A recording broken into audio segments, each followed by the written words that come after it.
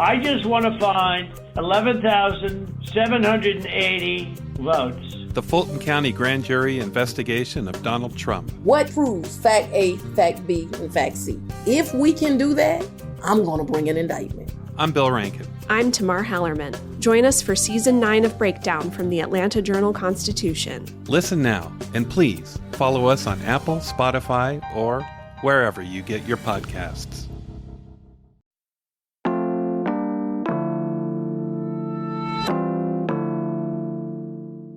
Today on CityCast Pittsburgh. Chestnuts roasting on an open fire. It's the sound of the season, but it used to be the taste of the season too. Why don't we eat chestnuts like we used to? Newsletter editor Francesca Dabecco is here to tell us about how the American chestnut tree was once rooted right here in Appalachia and how it could be making a comeback.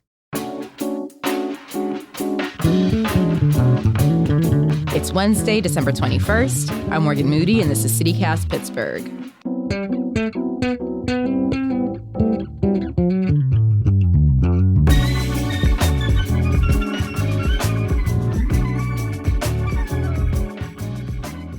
Francesca, I know you've been doing a very deep dive into chestnut history for us. I've personally never roasted chestnuts over an open fire, but have you? No, never. And honestly, I don't know anyone who has. Me either. I feel like it's still sort of a classic image associated with the holidays though. Right. Like as soon as we hear that opening line from Nat King Cole, it officially feels like Christmas time. Yeah. And that's really what sort of made me question for something that's so symbolic of the holiday. Like, why don't we do this anymore? The Christmas song was written in 1945 by Robert Wells and Mel Torme. And this was a moment in history when Americans would have remembered a time when chestnuts were a more common ingredient in seasonal dishes like stuffings and souffles. Only ever maybe had walnuts in my stuffing. It's still pretty common though to eat chestnuts in other countries though, right? But why not here? It is. They're common street food in Taiwan, for example, in parts of Europe, during the holidays especially, but not so much here. You can still buy them in the market, but they're chestnuts that are imported from Italy or parts of Asia. And this is because in the beginning of the 20th century, a blight wiped out the American chestnut trees. They towered throughout all of the eastern U.S. forest, nearly 200 million acres from southern Maine to Georgia. Now that I think about it, I've never seen a chestnut tree. I have seen, I'm getting it confused with the Buckeye trees that are in Ohio. But what do chestnut trees look like? Well, they were giant. They grew up to 100 feet tall Wow. and more than 10 feet in diameter. The chestnuts are, in these round, spiky burrs that fall to the ground. So that's where, you'd find the fruit. So these were really prevalent at some point throughout our region. Yeah. For communities in Appalachia, the chestnut tree was a way of life. It was a food source during fall and winter months, feed for livestock. It supported wildlife and game animals like turkey and deer.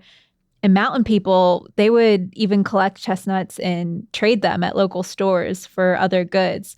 Not to mention the actual tree itself, the lumber was sturdy and rot resistant. So it was ideal for cabins, barns, fences, even coffins. That's a versatile tree. Yeah, it really was. It had so many uses.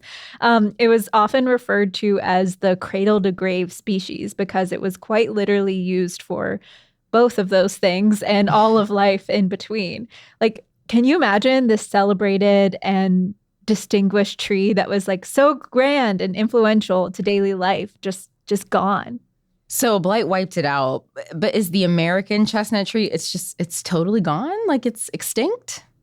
That's a really good question. So the Department of Agriculture considers the American chestnut tree to be functionally extinct, but you still might find a rare one in the woods. It just only grows so much before the disease starts affecting it.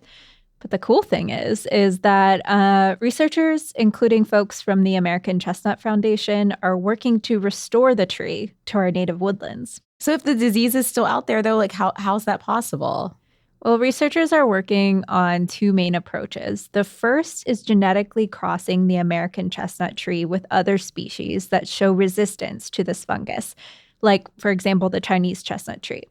The second method is a genetic modification, a way to help the tree's immune system fight the blight.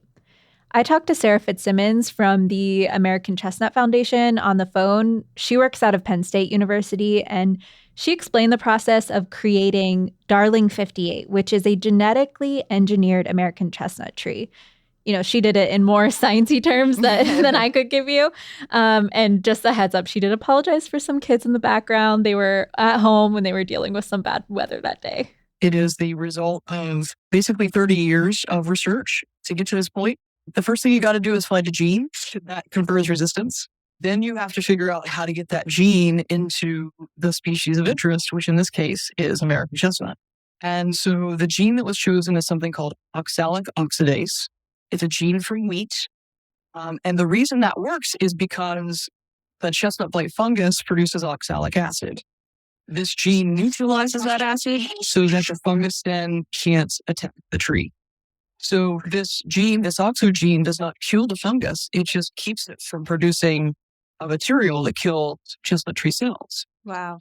So that gene is then inserted into chestnut trees, actually into chestnut embryos, through a process called agrobacterium-mediated transformation. And I always just like to say that because I think it's a fascinating process. And basically it's using a bacterium, agrobacterium, to transfer the plasmid that you've created with that gene into the tissue of choice. And it's a very common transgenic method for getting genes of interest into other species. Yeah, that was very sciencey. What scientists do is amazing and really cool. But does this mean that we could see American chestnut trees like thriving again here on our soil? Yes and no. It will probably take some generations before it really flourishes. But Fitzsimmons says that this is a really exciting time in the world of chestnuts. The U.S. Department of Agriculture and Plant Health Inspection Service started evaluating the safety of Darling 58, you know, that special breed of the genetically modified chestnut tree we were talking about. Right.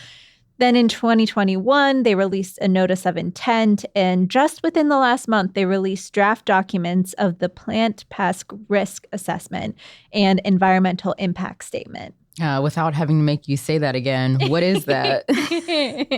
Yeah, so basically it's the decision that they're going to make saying that there will be positive benefits or no benefits, meaning no negative impacts of releasing this Darling 58 tree into the wild. And it's actually open for public comment right now.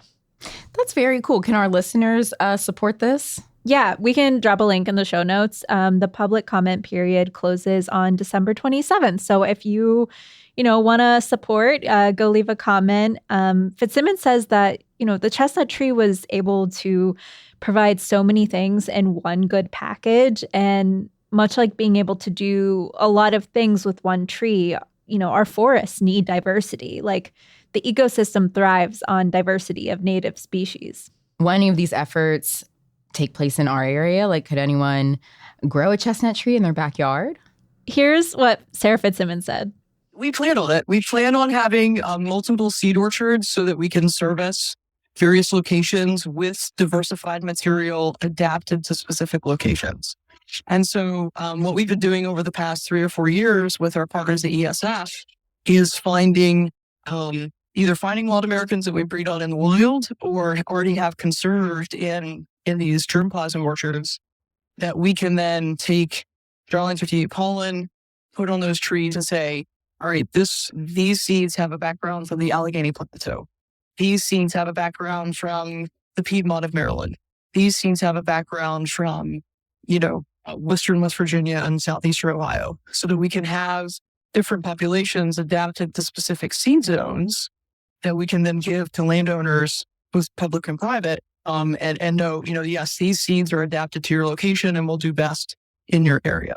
She also said that the American Chestnut Foundation is looking to find some wild trees in our area. So if you like hiking, you could actually be a big help. The tree doesn't have to be that big, but they're looking for unique lines that they can use for diversification based on specific locations. So something to keep in mind if you're out in your backyard. Yeah, that is really cool. I kind of want to try some chestnuts. I've never ever had them. I don't know even what the flavor is like. Well, ever since I started researching this, I've been really interested in how local restaurants feature the chestnut in their dishes. A few years back, Millie's was making a chestnut ice cream with hints of maple and orange zest. I talked to the co-owner, Ted Townsend, at the time, and he's quite the chestnut aficionado. He said that he dreams of being an old man with a chestnut cart roasting on a snowy corner of the street, wearing fingerless gloves and smoking many cigars. I like that for him.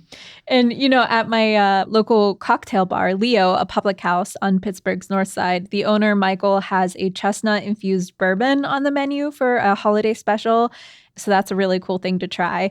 And one that I am really looking forward to trying is a whiskey braised chestnut pasta from Scratch & Co. in Troy Hill. Love them. That all sounds amazing. And though I've never had the chestnut, I can imagine that nutty flavor with like all of these other, the orange zest and all these other really good flavors. That sounds so good. Yeah. And today people go blueberry picking or apple harvesting, but it used to be a very similar thing with chestnuts. And I hope that can happen again someday. And it will again be more than a holiday relic and a line in a song. Thanks for this, Francesca. Happy holidays. Yeah, happy holidays. Thanks for letting me go off about chestnuts.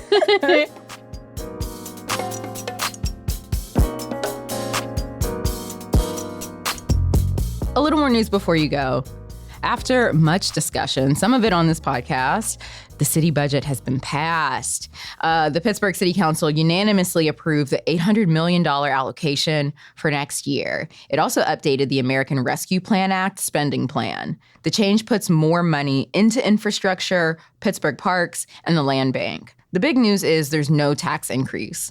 And 4 red line stops on the T are getting a makeover. The U.S. Department of Transportation's Federal Transit Administration is giving $28.4 million to make the Westfield, Shiras, St. Anne, and Bethel Village stops more accessible. The improvements will include ramps, higher platforms, and shelters. That's all for today here on CityCast Pittsburgh. If you were nutty about this episode, tell a friend, rate the show, leave us a review, and subscribe to our Hey Pittsburgh newsletter. We'll be back tomorrow morning with more news from around the city, so we'll see you then.